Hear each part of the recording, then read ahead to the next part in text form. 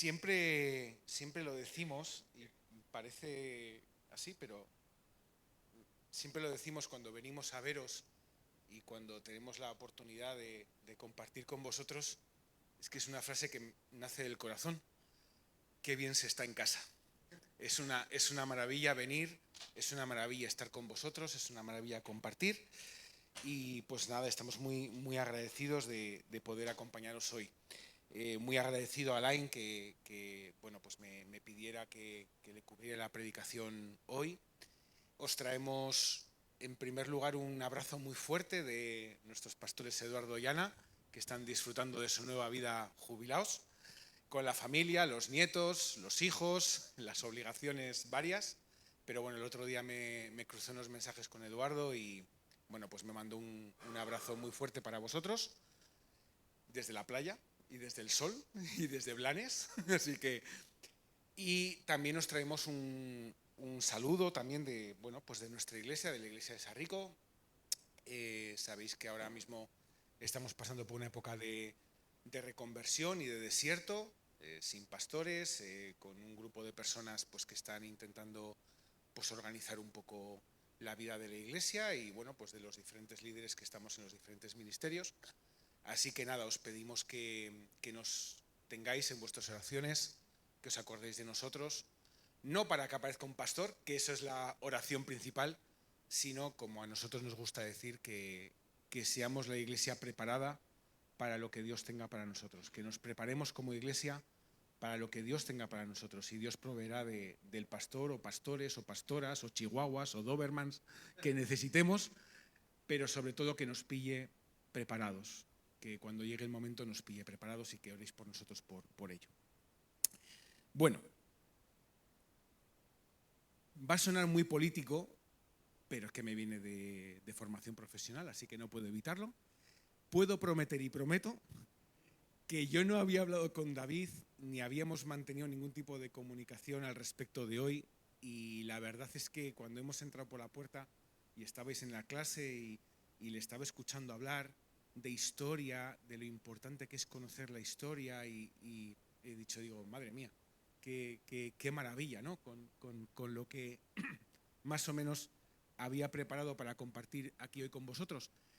Y, y, y fíjate que ha dicho David una frase que me ha quedado grabadísima, que ha dicho: una fe que no se impone, una fe que se comprende. Qué importante es conocer la historia, qué importante es conocer de dónde venimos, qué importante es conocer los fundamentos de aquello en lo que creemos y de aquello que decimos para comprenderlo. Y si lo comprendemos, le damos un sentido a todo, ¿no?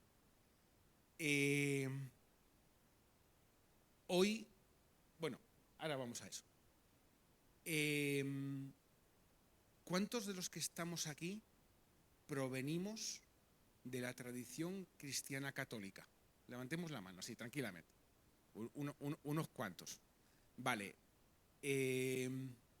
Pregunto lo de la tradición cristiana católica porque una de las cuestiones que se echan muy en cara a nuestros hermanos romanistas es que en muchas ocasiones hay muchos rituales dentro de lo que es la liturgia católica que se han convertido poco más o menos en repeticiones de papagayos, ¿no?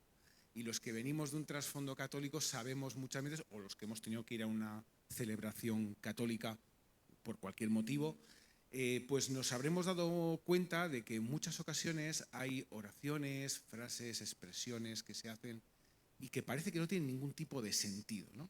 Nosotros en nuestro grupo de hogar comentábamos una vez, comentaba yo, los que venimos de la tradición católica, os venís la oración del yo confieso, me imagino que lo sabréis de memoria, como nos la tuvimos que aprender todos, ¿no?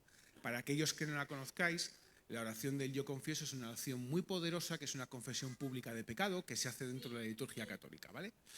Entonces, hay una enorme diferencia entre conocer, entender y comprender lo que uno está proclamando o haciendo que repetirlo como un papagayo. Cuando lo repetimos sistemáticamente, que ocurre o suele ocurrir es que pierde el sentido. Y suele ocurrir que cuando perdemos el sentido de las cosas, su significado, no el significante, no lo que es, sino el significado, también se diluye y entonces hacemos las cosas porque toca. Y poniendo el ejemplo, para aquellos que no la conozcáis, voy a relatar muy brevemente una parte solamente de esa oración. Hay otra parte que podemos descartarla. Esa oración viene a decir más o menos así: yo confieso ante Dios Todopoderoso y ante vosotros, hermanos, que he pecado mucho de pensamiento, de palabra, de obra y de omisión. Y luego se repite por mi culpa y por mi gran culpa. Y luego entramos en la parte, por eso ruego a Santa María, siempre Virgen, y a los ángeles y a los santos, pero esa parte la vamos a dejar de lado. Fijaros esa primera parte. Si fuéramos conscientes de lo que estamos diciendo, fijaros qué oración tan poderosa. Confesamos públicamente que hemos pecado mucho. Confesamos ante Dios y ante todos los hombres, no solamente de lo que hemos pensado, de lo que hemos dicho, de lo que hemos hecho y de lo que no hemos hecho, que es la parte de la omisión. Vale, los que provenís de la Iglesia Católica sabéis, lo tendréis más fresco que yo o lo tenemos muy fresco, pero para aquellos que no la hayáis vivido, esta oración tan poderosa, traducida a una liturgia católica, viene a ser algo más o menos, y como diría el apóstol Goyo Jiménez, no lo digo, lo hago. Más o menos vendría a ser algo así. Yo confieso ante Dios Todopoderoso y ante vosotros, hermanos, que he pecado mucho de pensamiento, palabra, obra y omisión, por mi culpa, por mi gran culpa, por eso ruego. ¿Verdad que choca, no? O sea, es como que dices, hay algo que no cuadra, ¿no? ¿Creéis que eso es algo que nos puede pasar a nosotros también? ¿Creéis que en muchas ocasiones oramos o realizamos determinado tipo de actos de liturgia, de nuestro rito, de una celebración de un culto normal, donde por repetición y por sistematización hemos perdido el sentido de lo que tiene? Yo creo que sí. O si no, corremos el riesgo de hacerlo. Esto es como los motoristas, los que se han caído y los que se van a caer. Bueno, pues si no lo hemos hecho, corremos el riesgo de hacerlo. Y es un riesgo muy grande, porque perdemos, lo que decía David antes, la capacidad de una fe que se comprende. Cuando tú comprendes, quieres. Cuando quieres, obedeces. Esto es así. Así que cuando Alain me invitó a predicar hoy, se me ocurrió preguntarle, digo, Alain, es primer domingo de mes, ¿vosotros celebráis la Santa Cena? Sí. Pero como no estoy, pues la celebraremos otro domingo. Y dije, Tate, pues qué momento más bonito para que profundicemos juntos y reflexionemos juntos en lo que es el sentido de la Santa Cena, precisamente para evitar que por sistematización o por repetición perdamos el sentido de lo que es. De ahí que haya titulado esta predicación, haced esto en memoria de mí. Ese es el mandato que Jesús nos da en Lucas. Haced esto en memoria de mí.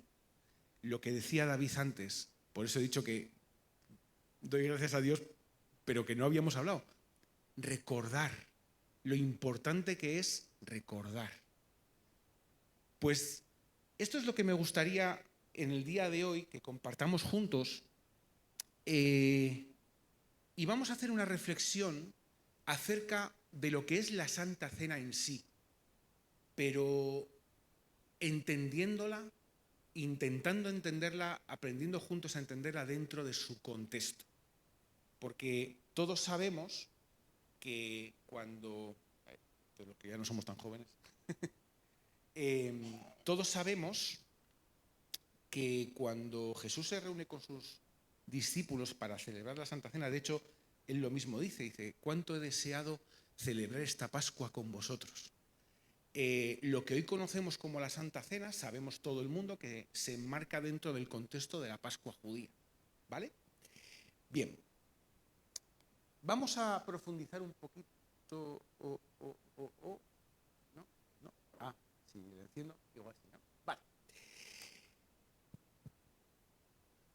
Fijaros, cuando Jesús se reúne con sus amigos a celebrar la última cena, no se reúne por casualidad.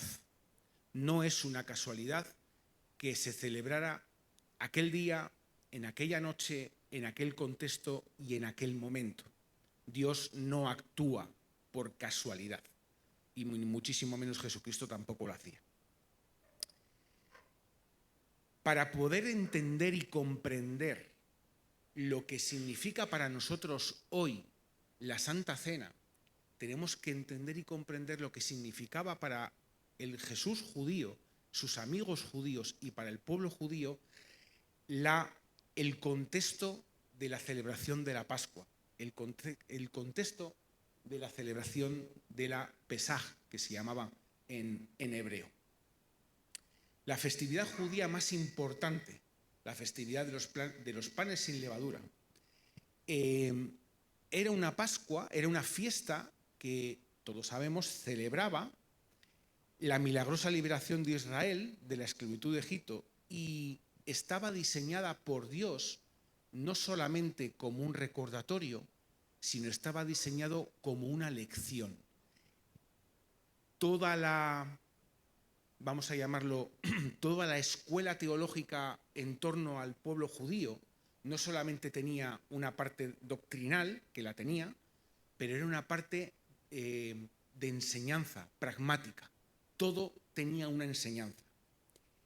Así que la celebración de la Pesaj, de la Pascua, tenía como objetivo el trasladar de generación en generación, enseñar de padres a hijos, de abuelos a nietos, influenciar en los nietos, como decía Irene, para que a lo largo de las generaciones nadie olvidara de dónde venían, porque qué importante es saber de dónde uno viene. En el centro de la cena de la Pascua había un ritual que tenía más de pedagógico que de teológico, que era el seder. Y era un ritual precioso que se reunía toda la familia, los ancianos, los niños, los adultos, y el momento fundamental de ese seder, de esa cena, era lo que se conocía o lo que se conoce como Lamá Nishtaná, que es el ritual de las 4 preguntas. En ese ritual, el más pequeño de la familia cogía al más anciano de la familia y le formulaba unas 4 preguntas que tenían como objetivo obtener una respuesta, y la respuesta era muy sencilla. Se llamaba la narración, o en hebreo la Hagadá. Éramos esclavos del faraón en Egipto y el Señor nuestro Dios nos sacó de allí con mano fuerte. Toda la cena de la Pascua, con el sacrificio del cordero, la sangre del cordero como símbolo salvador, era una respuesta viva que se recordaba año a año y de generación en generación para recordar el pacto de la liberación. En el libro del Éxodo se nos ordena, Dios ordena, y cuando mañana te pregunte tu hijo diciendo ¿qué es esto?, le dirás: Jehová nos sacó con mano fuerte de Egipto, de casa de servidumbre. Este es el mandato de Dios, y ese es el mandato que hacía el pueblo egipcio en esa cena de la Pascua, en esa cena del Seder. ¿Cuáles eran estas 4 preguntas? Bueno, el más pequeño se dirigía al más adulto y le decía: ¿por qué en todas las noches comemos pan con levadura o machá, pero en esta noche solamente comemos machá, el pan sin levadura? Fijaros, el pan ácimo o el pan sin levadura simbolizaba la rapidez y la urgencia con la que el pueblo de Israel tuvo que salir de Egipto una vez que se decretó su liberación. No salieron, sí es verdad, el faraón les dijo: coged y marcharos, pero tuvieron que hacerlo con una cierta ligereza, no fuera a ser que el faraón se arrepintiera, como de hecho se arrepintió. Entonces, para evitar ese tiempo, tuvieron que recoger las cosas, preparar todas las caravanas, los camellos y todo, con todo lo que tenían en sus casas, y salir zumbando de Egipto antes de que el faraón se arrepintiera. No hubo tiempo en aquellos momentos, digamos que no hubo tiempo para que la levadura subiera, si poniéramos el ejemplo de la fabricación del pan, ¿no? La levadura en la Biblia a menudo simboliza el pecado y la corrupción. Entonces, para evitar que eso ocurriera, el pueblo de Israel tuvo que salir corriendo como si se hiciera un pan sin levadura. De ahí que se simbolizara con el pan sin levadura. Y esa es la primera pregunta. ¿Por qué siempre comemos pan normal y esta noche comemos pan sin levadura? El pan sin levadura representa, primero, la ausencia de pecado y de corrupción, y segundo, la urgencia con la que el pueblo de Israel tuvo que salir corriendo de Egipto. La segunda pregunta: ¿por qué en todas las noches comemos todo tipo de vegetales, todo tipo de verduras, de frutas, pero sin embargo en estas noches comemos hierbas amargas conocidas por el pueblo de Israel como maror? Esa hierba amarga simbolizaba, del mismo modo que el pan sin levadura simbolizaba la huida de Egipto de manera rápida, la hierba amarga, el maror, simbolizaba la amargura de la esclavitud en Egipto y todas las vidas que se perdieron por parte del pueblo de Israel bajo el yugo de Egipto, tal como viene reflejado en Éxodo capítulo 1, versículo 14. Es decir, se mojaban, se comían hierbas amargas para recordar que antes de la liberación muchos israelitas habían padecido el sufrimiento y el yugo y la muerte a manos de los egipcios. La tercera pregunta era: ¿por qué en todas las noches no mojamos las verduras que comemos ni una sola vez, pero en esta ocasión, además de ser verduras amargas, las mojamos 2 veces en agua salada o en vinagre? Es decir, esas hierbas amargas las untaban en agua salada o en vinagre 2 veces. ¿Por qué? Esto se refiere a simbolizaban las lágrimas y el sudor que durante los años de esclavitud se habían vivido o se habían tenido. No solamente las vidas que habían sufrido y que habían muerto, sino también todo el sudor y las lágrimas derramadas durante los años de esclavitud. Y por último, la cuarta pregunta tenía que ver con por qué en todas las noches, cuando comemos sentados o reclinados, pero esta noche todos estamos reclinados. Si sabéis un poco de historia, sabéis que el estar sentado o tumbado o reclinado en tiempos del Imperio egipcio y en tiempos luego posteriormente del Imperio romano era algo que estaba destinado única y exclusivamente a los hombres libres. Los esclavos no tenían derecho a estar sentados en la misma mesa, ni siquiera estar sentados, tenían que estar de pie. Entonces, el hecho de poder estar sentado o poder estar reclinado significaba que ya eran hombres libres, significaba la libertad, como hacían los hombres libres. Así que al poder disfrutar de la mesa, celebrando esa nueva condición de liberados, de libres, de personas liberadas del yugo y de la esclavitud, se permitían el lujo de poder compartir la mesa sentados o reclinados si lo querían. Fijaros, este memorial, antes de la cena de Jesús, este memorial se empezó a hacer hace casi 3.000 años. Ahora, hace 3.000 años. Y eso no solamente era un memorial que tenía como objetivo recordar, sino también enseñar. Ahora bien, estamos hablando del pueblo judío. Cuando Jesús y sus apóstoles celebran la Santa Cena y Jesús les dice: cuánto he deseado compartir esta Pascua con vosotros, Jesús era judío y sus discípulos eran judíos, pero se produce un cambio de perspectiva. En esa noche, como todos bien sabemos, se establece un nuevo pacto que culminará. Sí, yo creo que sí. Se establece un nuevo pacto que culminará unos días después con la muerte y resurrección de nuestro Señor en la cruz, pero ese pacto comienza esta noche de la Santa Cena, de la última cena. Es un nuevo pacto y el comienzo de una nueva historia. Tened muy presente que en esta noche, en esta Pesaj, el pueblo de Israel, el pueblo judío, narraba una historia de salvación. Una historia de salvación que tiene un punto y seguido a partir de la última cena de Jesús con sus apóstoles. Número 1. ¿Por qué todas las noches comemos pan con levadura o matzá, pero esta noche comemos pan sin levadura?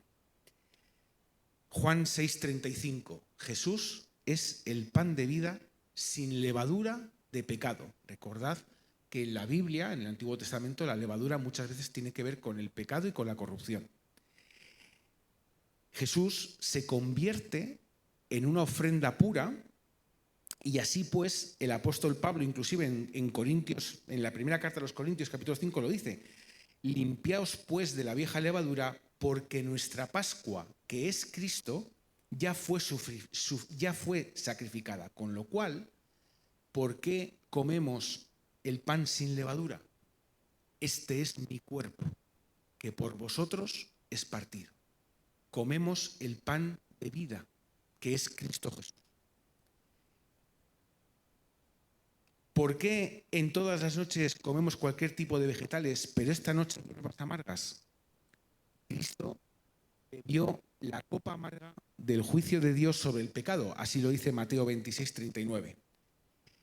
Yo, de ahí se acordará, en Colindres hice una predicación acerca de las últimas 7 frases, la predicación de las 7 frases, el último sermón de Jesús ya en la cruz. Y en esa predicación yo reflexionaba acerca de cómo se debió de sentir Cristo en la cruz, solo, apaleado y abandonado. Cristo bebió la copa amarga del juicio de Dios. Ahora sí. Cristo bebió esa copa amarga del juicio de Dios sobre el pecado del mundo. No solo la bebió, sino que la aceptó. Él, en primera persona, y de hecho David lo recordaba antes, en primera persona probó la amargura de la separación, la angustia de la cruz, con un único objetivo: que a partir de ese momento todos aquellos que creyéramos en Él no tuviéramos que saborear una amargura eterna. Él ya se encargó de tomar esa copa amarga, esa hierba amarga por nosotros. Así que tenemos que tener muy claro el nuevo pacto que se establece en la Santa Cena, nuestra, del mismo modo que no fue fácil la liberación de la esclavitud del pueblo de Israel de Egipto, tampoco nuestra liberación fue fácil, no fue dulce, sino que fue conseguida a un precio terrible, y eso es parte de la narración que a nosotros, como seguidores de Cristo, nos toca contar, parte de nuestro recordatorio, de nuestro memorial. Pregunta número 3. ¿Por qué en todas las noches no mojamos las verduras una sola vez, pero esta noche 2? Bien, las lágrimas y el sufrimiento del antiguo Israel no son nada en comparación a el sufrimiento que experimentó Jesús, comenzando por la oración de Getsemaní y terminando por su sacrificio en la cruz. Lucas 22:44, unos versículos después de la Santa Cena, ya nos dice que el sudor de Jesús era sangre, La Biblia nos dice que Jesús sudaba sangre. Científica y médicamente está demostrado que se puede llegar a un grado tal de ansiedad, de estrés, que en nuestros poros se rompan venas interiormente y que realmente sudemos sangre. Pero claro, estamos hablando de unos extremos de sufrimiento, de angustia y de agonía indescriptibles e inasumibles para la inmensa mayoría de las personas. Por no hablar del propio acto de la crucifixión. Así que Cristo no solamente acepta beber ese trago amargo de ser entregado, juzgado, apaleado y crucificado, sino que además asume que eso lo hace por toda la humanidad y se sumerge directamente para que con este sacrificio emerja una nueva vida y un consuelo que a nosotros nos llega a través del Evangelio. ¿Por qué en todas las noches comemos sentados o reclinados, pero en esta noche todos estamos reclinados? Porque gracias al sacrificio de Cristo en la cruz somos libres. Y por lo tanto, ya no somos esclavos del pecado, somos hijos y herederos de Dios, y por lo tanto, al reclinarnos en su mesa, proclamamos nuestra dignidad y también nuestro estado de personas, hombres y mujeres libres, libres de la esclavitud, del pecado, del mismo modo que el pueblo de Israel fue liberado de la esclavitud de Egipto. Hay una conexión muy profunda entre el ritual de la Santa Cena judía y el ritual que se instaura a través de Jesucristo en la Última Cena.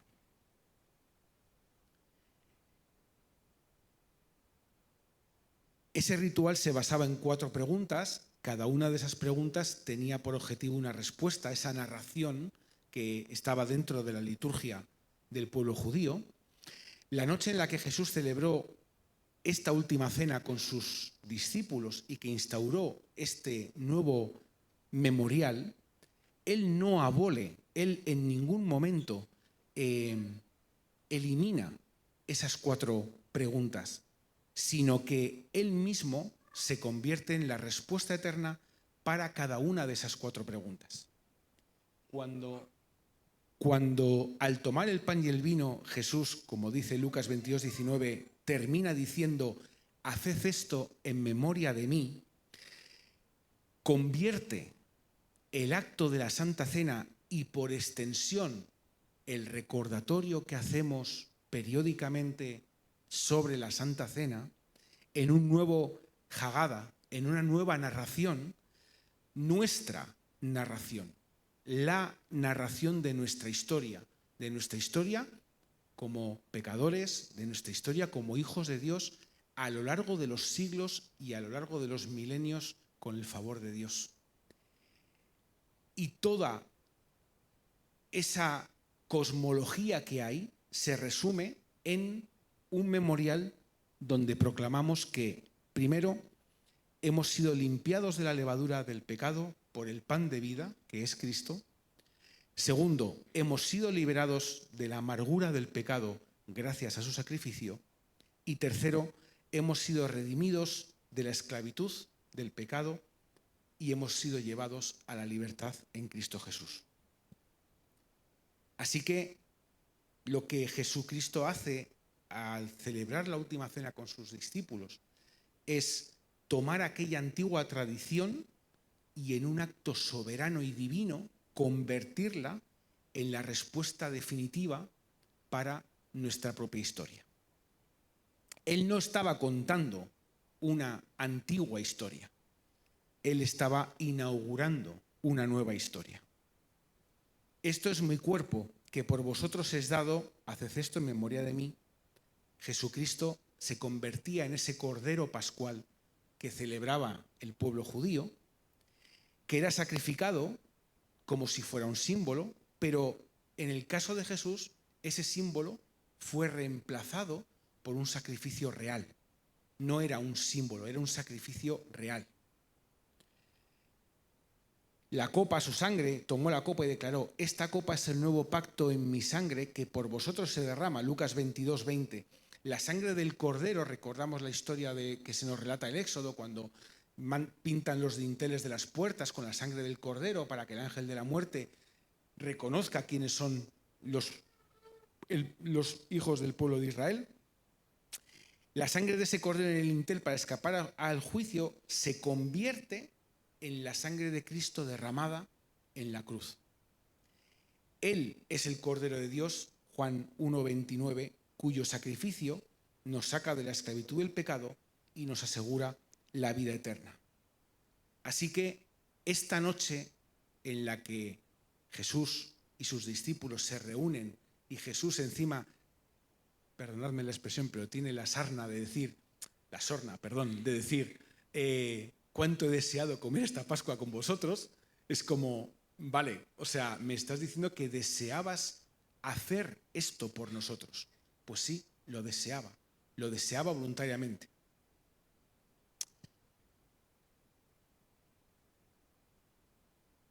Y llegamos a nuestro recordatorio de la Santa Cena, a nuestra celebración de la Santa Cena. Llegamos a este momento en el que en cada iglesia, periódicamente, los hermanos católicos pues todos los días, algunas iglesias el primer domingo de mes, otras el último, cada uno como lo tengamos estipulado, cada vez que celebramos la Santa Cena, estamos celebrando nuestra Pascua. Cada domingo de cada mes que nos reunimos juntos para compartir el pan y el vino, estamos haciendo un seder, estamos haciendo un recordatorio de una narración que comenzó aquella noche y que venía de 3000 años atrás recordando la liberación del pueblo de Israel. No es solamente un acto en el que, hoy toca Santa Cena. Sí, toca Santa Cena, muy bien, genial. Pero esa Santa Cena tiene un sentido y tiene un origen y tiene un propósito también. Al participar hoy en nuestro día a día, en nuestra Vitoria, en nuestro País Vasco, en nuestra Cantabria del siglo XXI, nos convertimos en un nuevo pueblo. Ya no somos el pueblo de Israel, somos el pueblo de Cristo, que recordamos y que contamos esa historia de redención. No es solamente tomar la Santa Cena porque sí, es recordar y contar del mismo modo que el pueblo de Israel hacía para las generaciones futuras. Nosotros nos encargamos de recordar esa historia y de mantenerla viva cada vez que compartimos y que participamos de la Santa Cena. Esta Santa Cena que nos obliga también a formularnos una serie de preguntas y también a responderlas desde el punto de vista individual de cada uno y comunitario como Iglesia acerca de nuestra fe. En primer lugar, miramos hacia el pasado, porque qué importante es saber de dónde venimos, qué importante es conocer nuestra historia, porque, como muy bien decía David antes, eso nos permite entender quiénes somos hoy y nos permite proyectarnos hacia lo que vamos a ser el día de mañana. Al mirar hacia atrás, al hacer ese memorial, recordamos y meditamos, tenemos la posibilidad de recordar y meditar el inmenso precio que se ha pagado por nuestra libertad, que es ni más ni menos que la muerte de Jesús. Por lo tanto, se convierte en un inmenso momento de gratitud profunda hacia un perdón seguramente inmerecido. En segundo lugar, miramos hacia adentro, hacia la comunidad, hacia la Iglesia, porque como hijos de Dios que somos miembros de un único cuerpo y estamos llamados a vivir en pureza. Pablo en 1 Corintios 11:28 ya nos exhorta en el momento de la Santa Cena diciendo: ¿hay levadura, pecado, que necesitamos confesar? ¿Hay amargura, rencor que debamos entregar? no podemos participar dignamente si no estamos en paz con Dios y con nuestros hermanos. Y eso es algo que muchas veces pasamos por alto. Y estoy seguro de que aquí, como en todas las iglesias,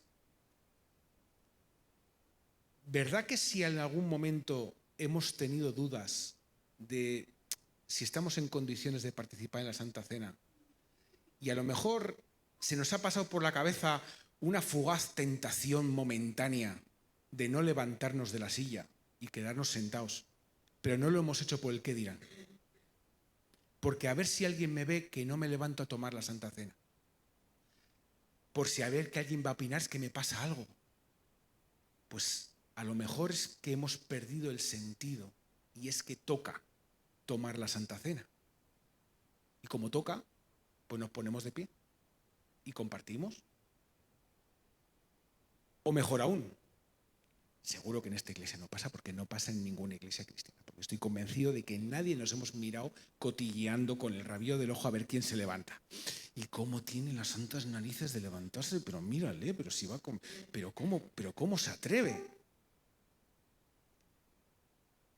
Es algo que estamos llamados a mirarnos y a entender que es algo que nos tiene que nacer del corazón. Y que si hay algo dentro de nosotros que creamos que tengamos que arreglar, primero arreglémoslo con Dios. Hay un dicho que los que provenimos de la Iglesia Católica seguro que lo conocemos, que es bíblico además, de allí lo descubrió porque me lo escuchó: Señor, no soy digno de que entres en mi casa, pero una palabra tuya bastará para sanarme. Esa oración que se usa en el ritual católico previo a la comunión, volvemos a la misma. Si la sentimos, si la comprendemos y si la entendemos, se produce en una oración poderosísima. Porque lo que estamos reconociendo es que da igual lo que hagamos, da igual que nos demos un abrazo, que nos pidamos 1000 veces perdón, probablemente nunca vamos a estar a la altura de poder compartir la Santa Cena. Pero por lo menos reconocemos que no somos dignos de que Dios entre en nuestra casa. Por lo menos lo reconocemos. Y ya, como dirías tú, David, que Dios nos tiene las orejas y nos tiene que tirar. Pero por lo menos eso. Pero el entender de que probablemente nunca vamos a hacer nada que nos haga dignos de.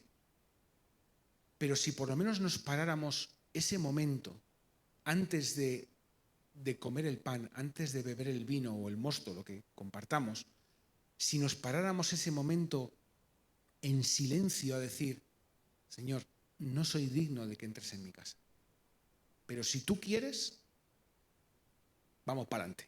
Y así eso ya hablaremos luego del gobierno. Por último, miramos también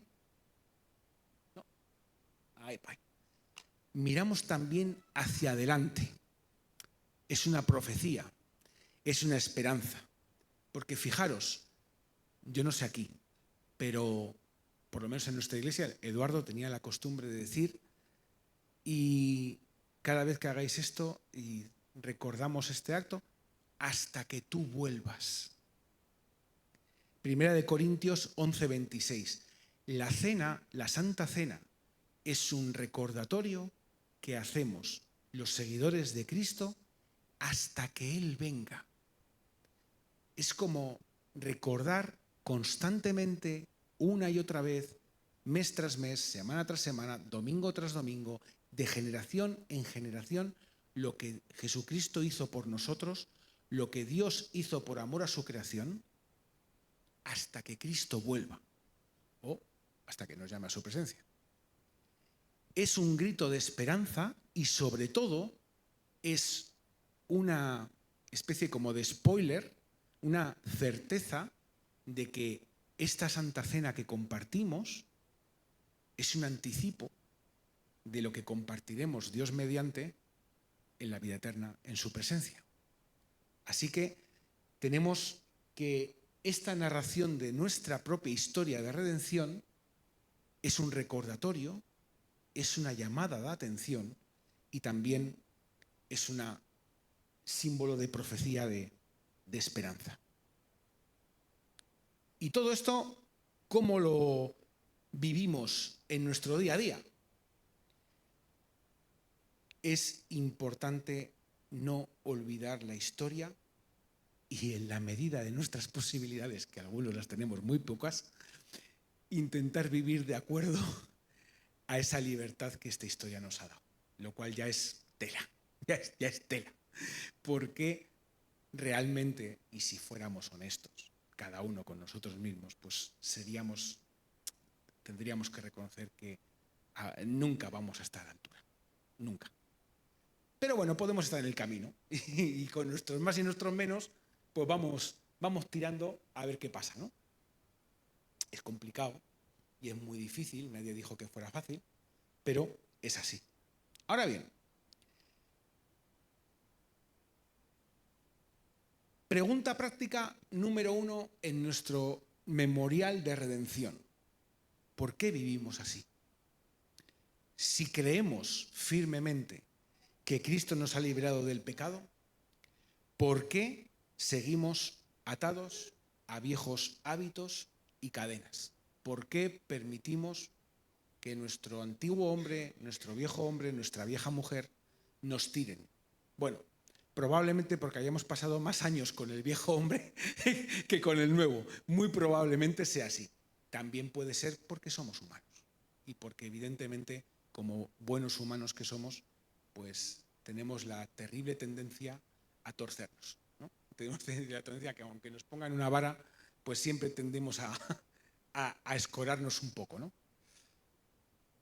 La libertad en Cristo nos llama y nos invita a vivir en novedad de vida, es decir, a vivir una vida nueva. Y muchas veces solemos decir, y muchas veces si escuchamos devocionales o escuchamos a otros predicadores o lo que fuera, es muy común decir, bueno, pues Dios nos regala un día nuevo, ¿no? Tenemos un día nuevo, tenemos 24 horas nuevas, tenemos 24 horas por delante, y es verdad. Pues bueno, si nos lo creemos de verdad, pues sabemos que tenemos la oportunidad de renovarnos cada día con el favor de Dios.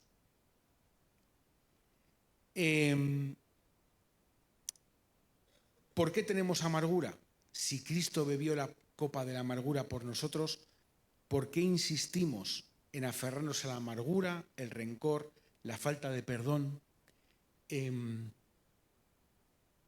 Pues probablemente porque la Santa Cena a la mesa nos está llamando a la reconciliación y a la paz. Y probablemente, como buenos seres humanos que somos, eso es lo que más nos cuesta, porque es muy difícil reconciliarnos con el otro si primero no nos reconciliamos con nosotros mismos. Y eso es así. Ayer estaba escuchando un reel de estos, ¿cómo se llama? De estos de Facebook, de Wicca, de una cantante hispanoafricana, y decía, hermano, lo sabemos todo. Otra cosa es que queramos hacerlo. Y decía, si tú quieres dejar de fumar, sabes lo que tienes que hacer. Si quieres llevarte bien con tu pareja, con tu marido, con tu mujer, con tu amigo, sabes lo que tienes que hacer.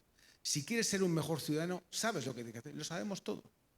Otra cosa es que queramos hacerlo, o que tengamos las ganas, o la motivación, o el interés, pero realmente lo sabemos. Y terminaba la reflexión diciendo, es muy difícil pretender querer a los demás si no nos queremos a nosotros mismos. Es muy difícil perdonar a los demás si no nos perdonamos primero a nosotros mismos. Así que esa amargura nos tiene que llevar a todos a un proceso de reflexión acerca de reconciliarnos, de buscar la paz primero con nosotros mismos y segundo con los demás. ¿Por qué estamos en unidad? Bueno, si creemos verdaderamente que somos uno en el cuerpo de Cristo, la Santa Cena también nos está de alguna manera interpelando a servir y amar a la Iglesia, a servir y amar a la comunidad, a servir y amar a los demás, sin divisiones, sin favoritismos, cosa que nunca ocurre en las iglesias, ¿verdad? Seguro que nunca pasa en las iglesias, ¿verdad que no? Nos llama a servir a los demás, a servir a nuestra iglesia, a servir a nuestra ciudadanía, a servir a nuestra tal. Como también decía David antes, ¿qué vas a hacer cuando te toque dar el paso? La Pascua, y con esto ya termino, nos enseña que nuestra redención, nuestra conversión, nuestra liberación es algo activo, no es algo pasivo. Es algo que nos interpela, que nos invita y que nos llama y que debe de ser recordada y contada. Así que cada vez que participemos en la Santa Cena, no solo debemos de mirar al pasado, sino que también debemos de proclamar el futuro hasta que Él venga. No hacer todo lo que esté en nuestra mano para no volver a la amargura del pecado, para intentar vivir nuestra vida dentro de la pureza a la que estamos llamados a vivirla, a mantener la unidad y a vivir como verdaderos personas liberadas.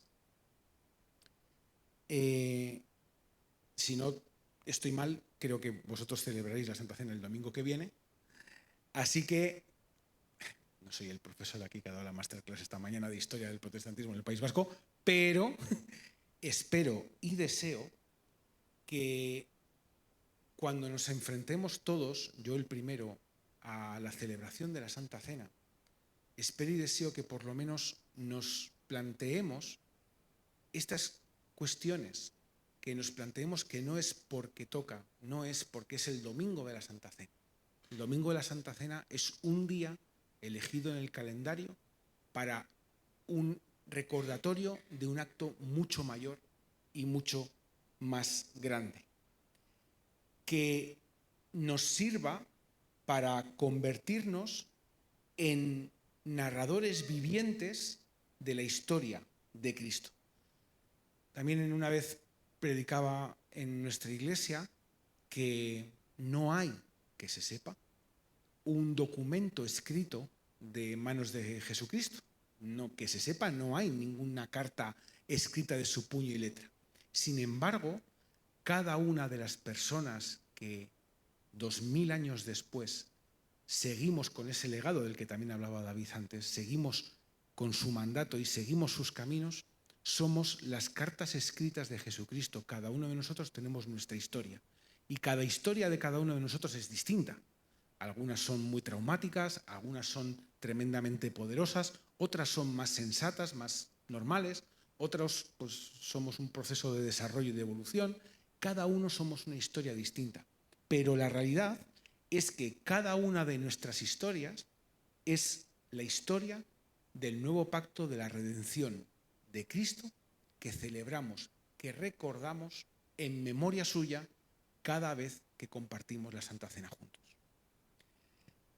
El rito judío nos enseña que el recuerdo de la liberación no es pasivo, no es solamente recordar, es enseñar, como decía Irene.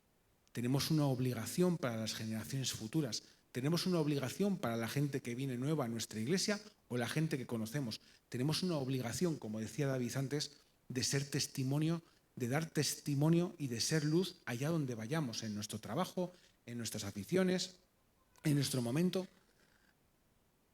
Es complicado, es muy difícil y dependiendo de dónde te muevas también, y lo dice alguien que se mueve en el mundo de la política bajo la bandera del cristianismo.